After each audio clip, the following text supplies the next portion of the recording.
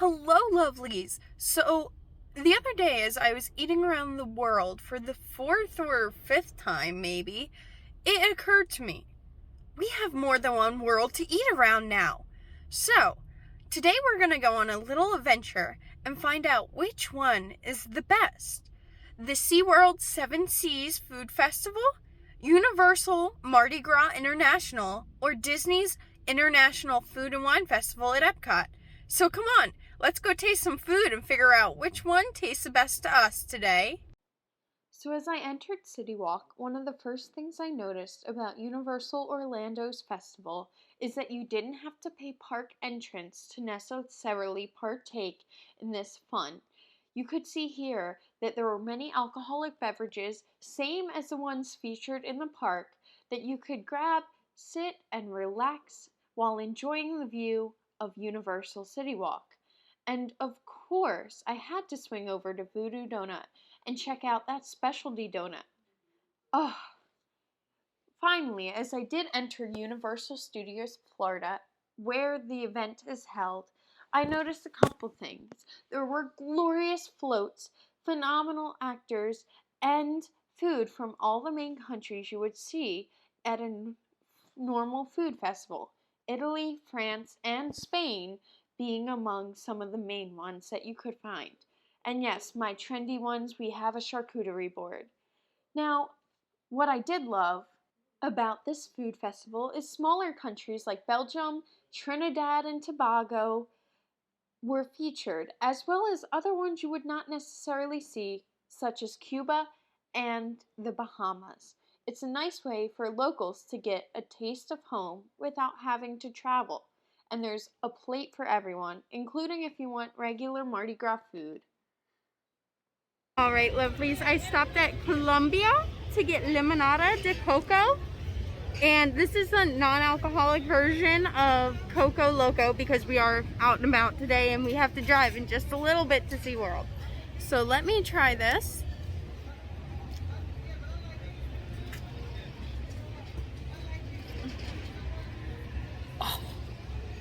Oh my god, this is so good. It's really, really sweet. But if you have a sweet tooth or if you like, it's very similar to a pina colada.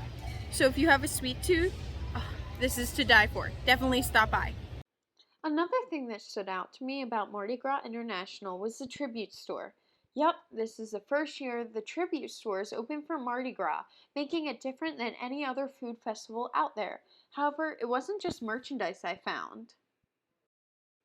As you journeyed to the back room, you could find other food offerings like these singing pirate skulls. Now, they didn't have much noise to offer, but man, they sure looked good, as well as food offerings to hold like the hand pie, something more savory to eat, to make sure everyone's included.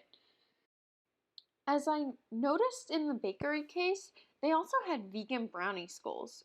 Wow, what a way to include everyone. And this didn't just sit with our skulls. It moved on to the entirety of the park, noted in plain sight as spicy, vegan, vegetarian, or even gluten-free. And you never had to wander more than 10 feet to find it marked clearly on the board. And unlike Disney, you didn't have to talk to a chef. And of course, we had to find hashtag and give them a beat or two. So we finished up at Universal and took a short trip over here to SeaWorld. Let's head in and see what good they have in store. As you entered the SeaWorld park, there was boards right away telling you that the food festival ran on Friday, Saturday, and Sundays until May 9th, as well as featuring some of their favorite dishes.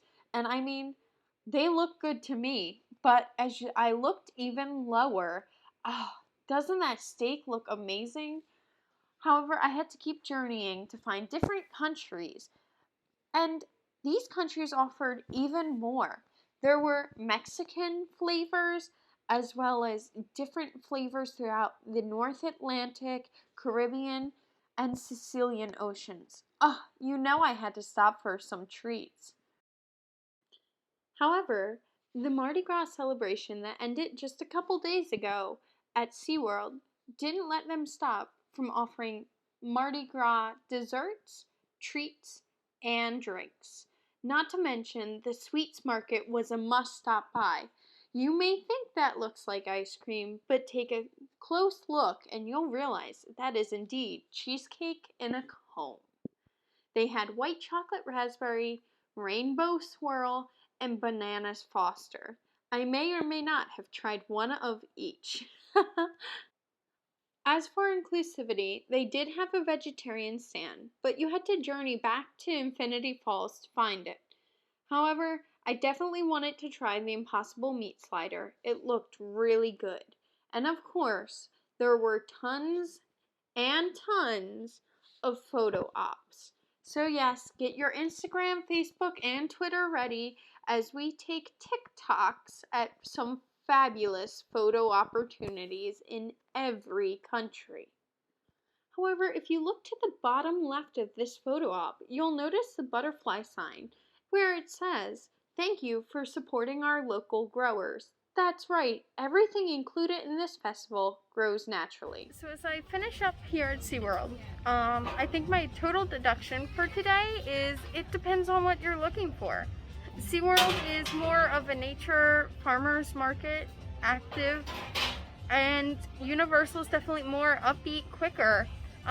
Both parks have inclusivity, while Universal is a bit stronger. SeaWorld definitely does make sure they go the extra mile to include every single person that walks in the door. I make sure too that all the food here is produced by local farmers, and I love that.